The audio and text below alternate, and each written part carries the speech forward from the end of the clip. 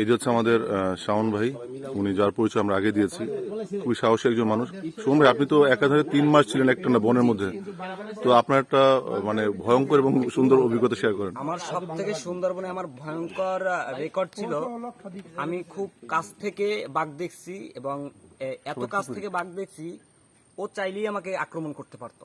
মানে জাস্ট 15 হাত হবে দূরত্ব। তো আমি যখন ওকে দেখছি, ওর গাত থেকে অনেক বাজে একটা স্মেল আসছে। আর আমি তখনই কনফার্ম হয়েছি যে এখানে বাঘ আছে।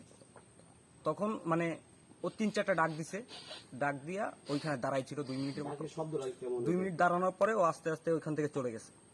কিন্তু যখন ও আমার কাছে আসছে, তখন আমার বডিতে আসলে কাজ করে নাই, আমার সেন্সলেস হওয়ার মতন অবস্থা।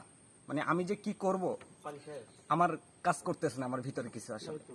তখন আমি ডিঙ্গি নৌকা ছেড়ে দিয়ে আমি এমনিতেই ওইভাবে পইরা রয়েছি। ঘন্টাখানেক পর হঠাৎ করে আমার মানে সেন্স আসছে। আসার মানে পড়ে যাওয়ার কারণে যে বাঘ আসছে, বাঘ আসার কারণে মানে হ্যাঁ হ্যাঁ, ওর যে গর্জন, মানে ওর যে আওয়াজ, ওর আওয়াজে তো আমার কান এমনিতেই বার হয়ে গেছে, আমি আর কিছু শুনতে পাইতেছি না ওর ডাকে। আপনার কাছে এটা আমরা ওই যে অভিজ্ঞতা শেয়ার করলাম যে এত কাছে থাকে পরও বাঘ আপনাকে আক্রমণ করে নাই। বাঘ আক্রমণ করে না, এর কারণ হয়তো ওর ক্ষুধা ছিল না, কারণ বাঘের ক্ষুধা থাকলে ওরা আক্রমণ করে না। আর আরেকটা ব্যাপার হচ্ছে যে আপনি বললেন যে ওই যে ওই পানিতে নামে না, কারণ ওদের শক্তিটা হচ্ছে পায়ে ওদের মাটি। পানিতে শক্তি পায় না, কারণ বাঘের একমাত্র ওরা পায়ে যত মাটি পাবে ওদের শক্তি তত বেশি। এই জন্য ওরা পানিতে শক্তি পায় না। চাইলে বাঘের সাথে পানিতে বসে আমরাও যুদ্ধ করতে পারবো।